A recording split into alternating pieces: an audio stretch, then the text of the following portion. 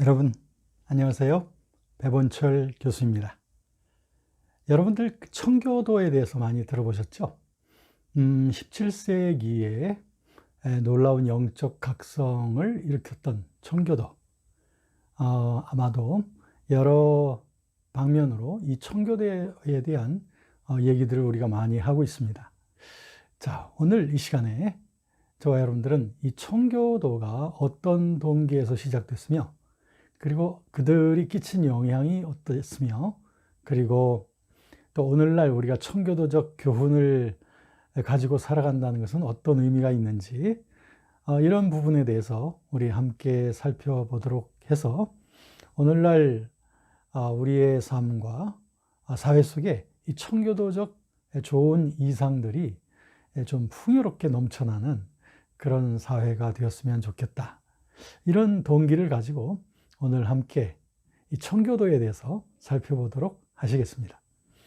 먼저 그 청교도가 일어날 즈음, 그때는 이미 17세기에 접어든 우리 근세 유럽의 상황이 되겠습니다.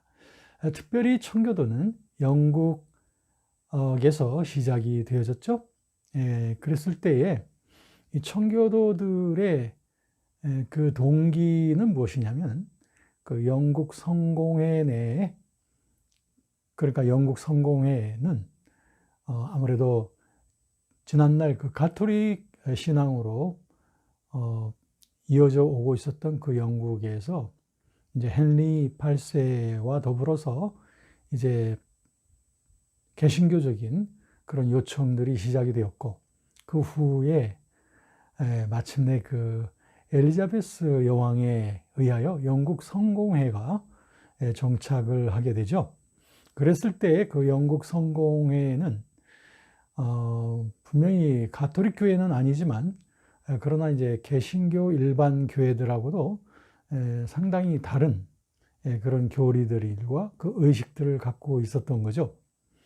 그 이유는 아무래도 엘리자베스 여왕이 영국 내에서 더 이상 개신교와 가톨릭 간의 그 분쟁이 일어나지 않기를 원했고, 대다수의 영국 국민들도 그러한 종교적인 평화를 원했기 때문에, 그래서 엘리자베스 여왕은 영국 성공회를 시작을 함으로써 결국에는 그 가톨릭적인 요소와 또 개신교적인 요소를 적절히 병합하는 이런 상태로 영국 교회 특유의 개신교가 시작이 됐던 거죠. 그런데 그 이후 이 영국 성공회의 그 미온적인 그러한 교리와 이러한 그 좀 반가톨릭적인, 그러니까 가톨릭을 닮은 이런 모습들, 이런 것들이 많은 그 개혁적 사고를 갖고 있는 사람들에게 크게 불만의 요소가 되었던 거죠. 그래서 영국 교회 내에서 여기에 대한 그 영국 성공에 대한 그 하나의 개혁적인 그런 그 운동들이 자꾸 일어나게 되는 것이었습니다.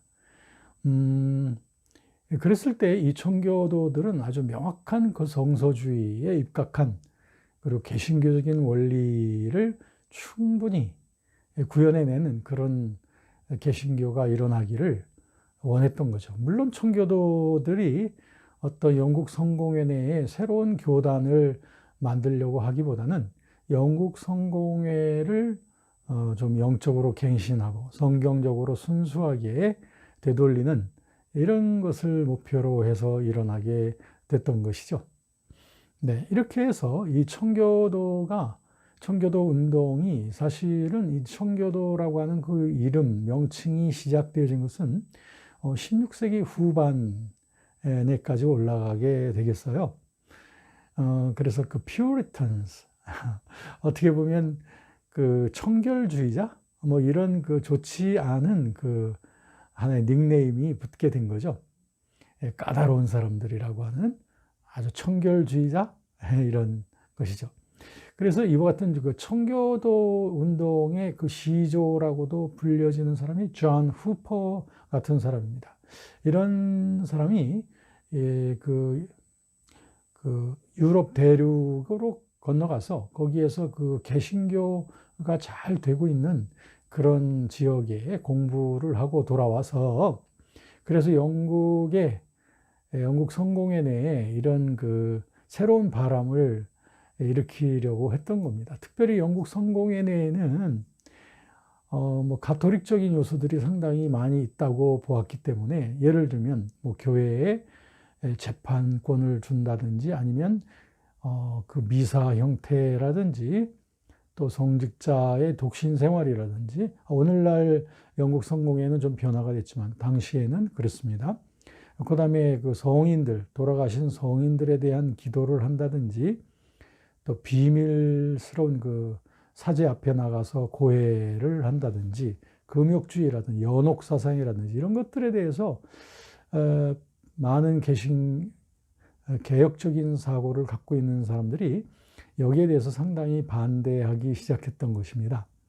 이처럼 청교도 운동이라고 하는 것은 영국 성공회 내에서 일어난 하나의 그 뭐랄까 개혁 운동으로서 비성서적인 그 영국 성공회의 여러 교리나 의식에 대해서 정화하고 개혁하려고 하는 그런 목적에서 일어난 것이다. 이렇게 말씀드릴 수 있겠습니다.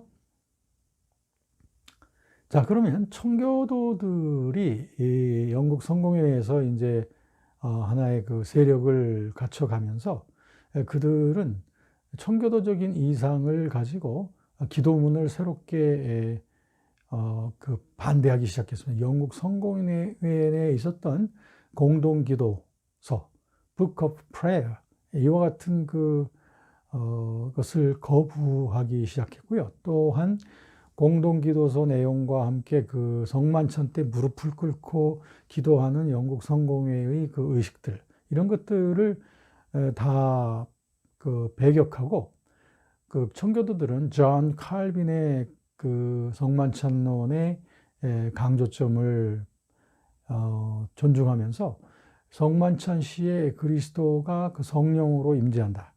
영적 임재 이것을 강조했기 때문에 무릎을 꿇고 기도하는 뭐 이런 것들은 거부를 했던 것입니다.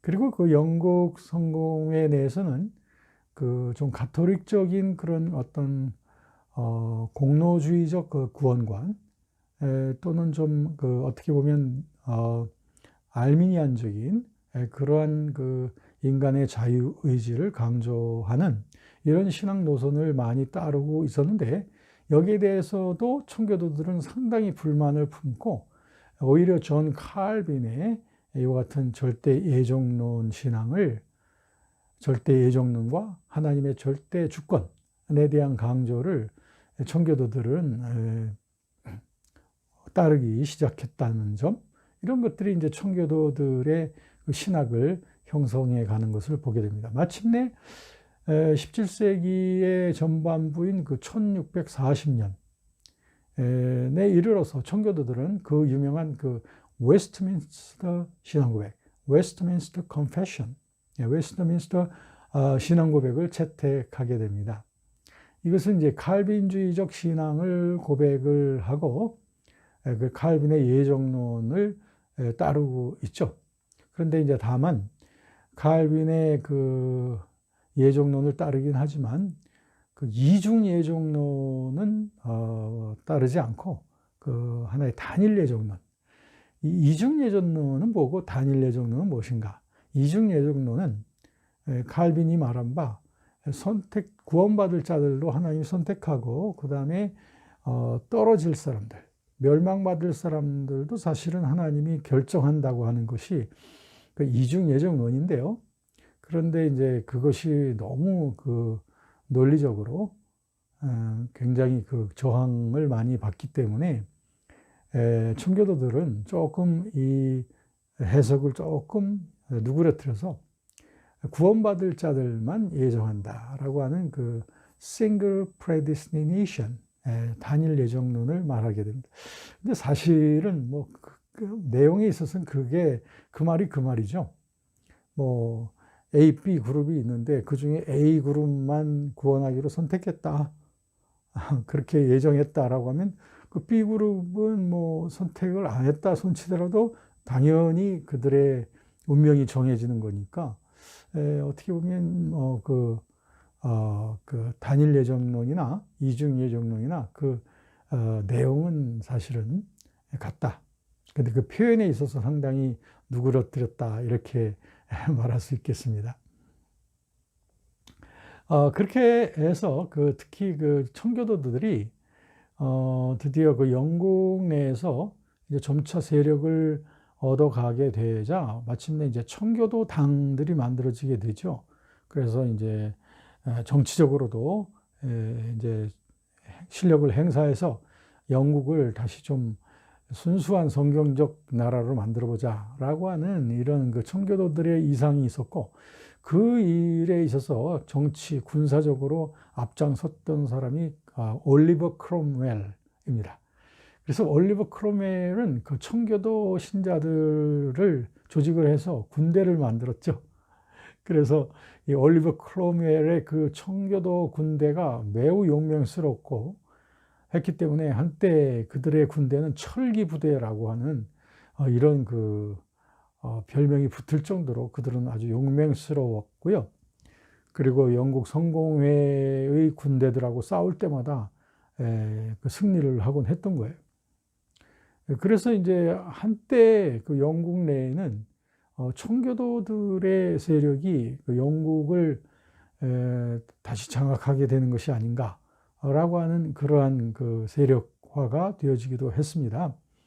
그런데 이제 결국에 가서는 이 청교도들이 그 세력을 완전히 장악하지 못하게 되었죠. 결과적으로 보면.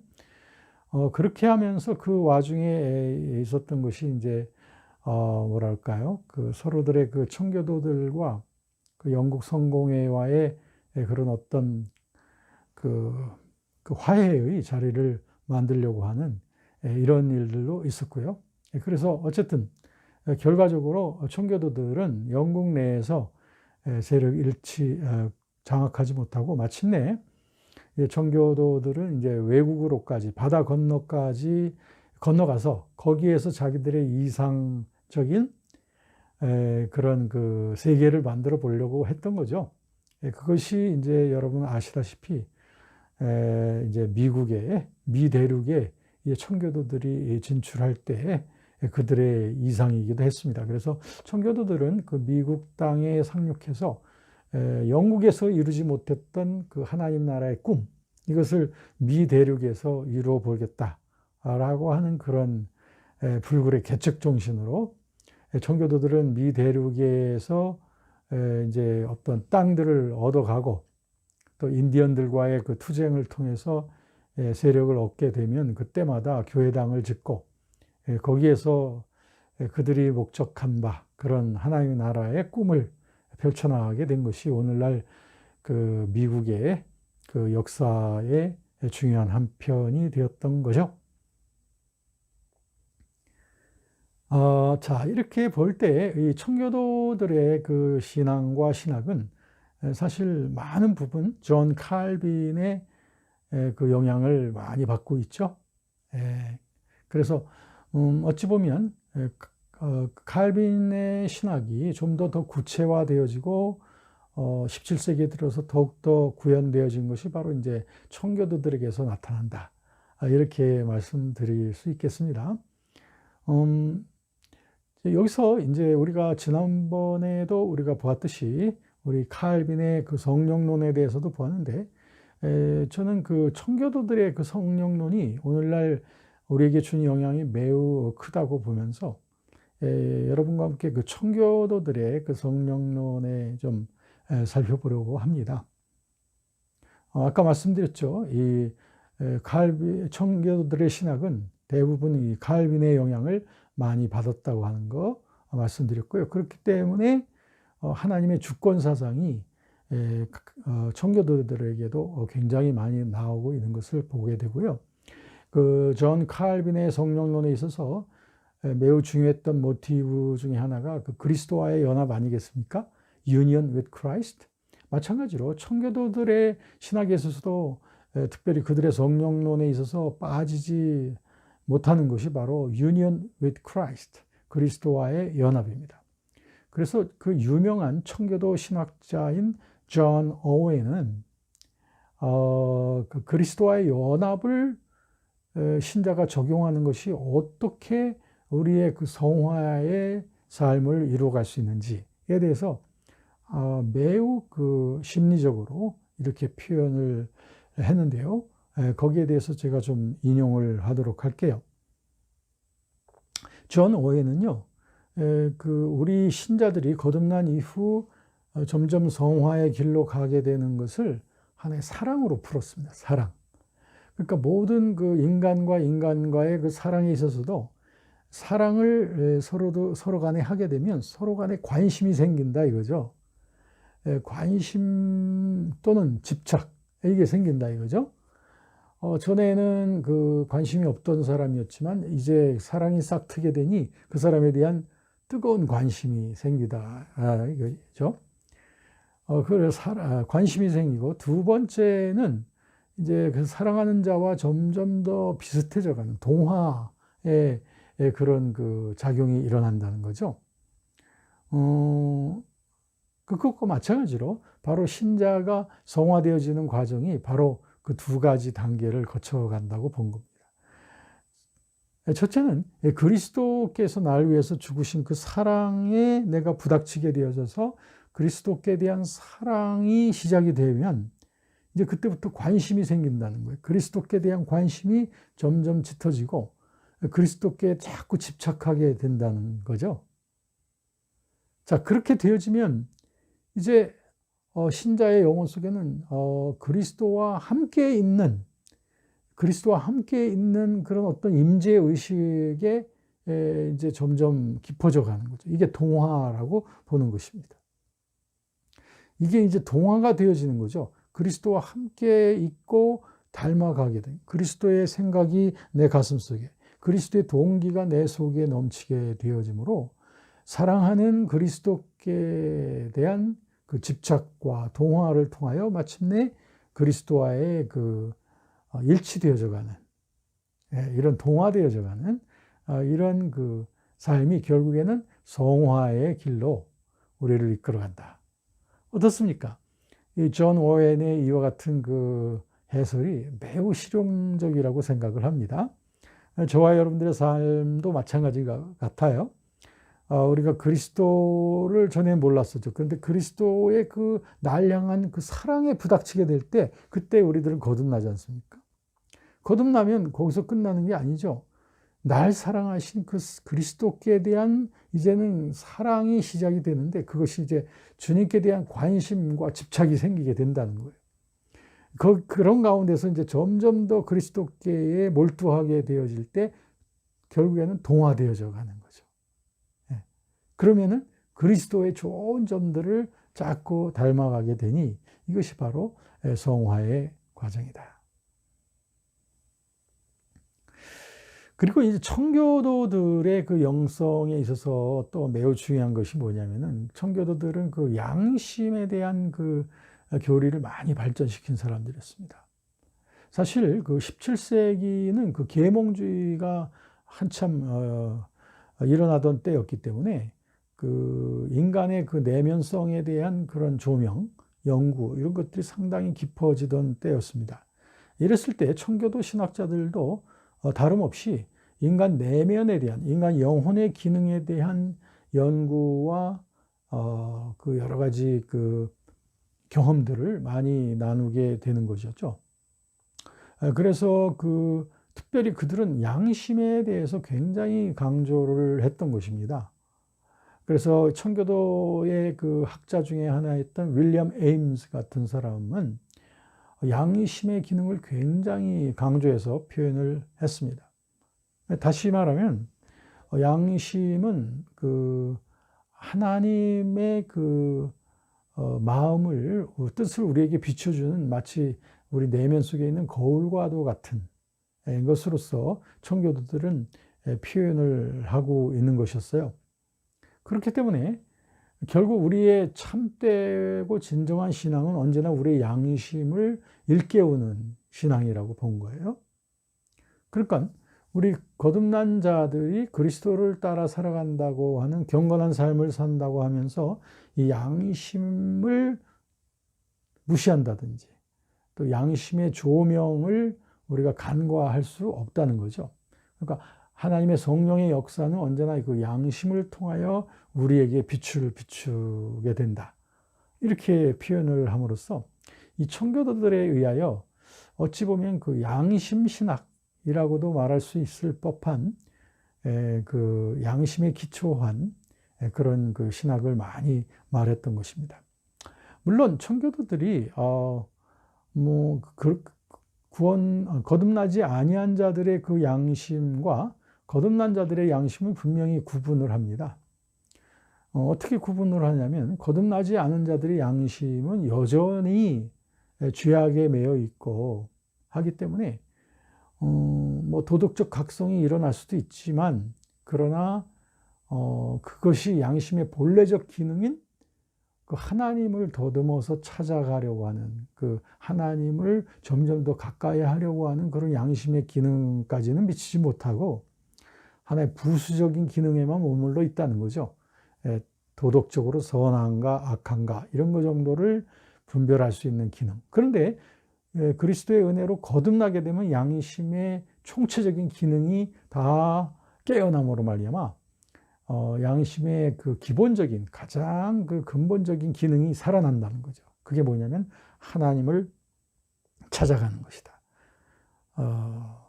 그러니까 사도행전 23장 1절이죠. 거기에도 보면 사도 바울이 공회 앞에 모인 사람들을 향해서 형제들아 내가 범사의 양심을 따라 하나님을 섬겼노라 이렇게 말하고 있고요. 또 디모데에게도 바울이 또 말하기를 청결한 양심으로 하나님을 섬기다 이렇게 말씀했죠. 이처럼 우리 거듭난 자들이 성령님과 동행하는 자들에게 있어서는 그 양심이 늘 깨끗하게 그래서 성령께서 양심을 통해서 우리를 감동하실 때 그것을 잘 우리가 그 인식할 수 있도록 그렇게 되어야 된다라고 하는 것이 이 청교도들의 중요한 교리였어요. 그런가 하면 그 청교도들은 또한 그 확신의 교리를 굉장히 강조했던 사람들입니다. 확신의 교리는 사실 그 칼빈의 성령의 내적 증거의 교리로부터 시작이 된 건데 청교도들은 그것이 하나의 구원의 확신을 주는 성령의 그런 확증이라고 본 거예요. 로마서 8장 15절 그리고 16절에 있는 대로 우리가 하나님의 자녀가 되어서 하나님을 향하여서 내가 아빠, 아버지라고 부르짖는다. 그리고 성령이 친히 우리 영혼과 더불어 우리가 하나님의 자녀인 것을 확증해 주신다라고 하는 바로 그것이죠.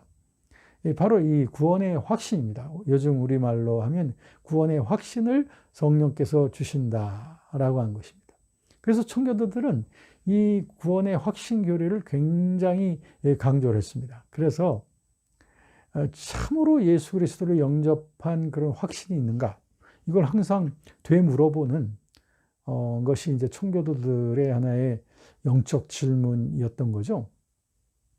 자, 그러면 이와 같이 그 청교도들의 이와 같은 그 확신의 교리가 결국에는 18세기에 존 웨슬리에게서 또 다시 한번 강조되어지기 시작하고 또 이것이 이제 19세기 부흥운동이나 또 20세기 오늘날에 이르기까지 이 확신에 대한 교리의 그 기초가 된 것이 바로 이 청교도들의 구원의 확신 교리다.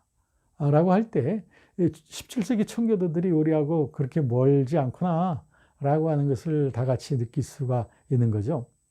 자, 이처럼 우리 청교도들이 강조했던 성령론의 중요한 그 모티브들, 그것은 바로 구원의 확신 교리, 그리고 양심에 대한 교리 있죠.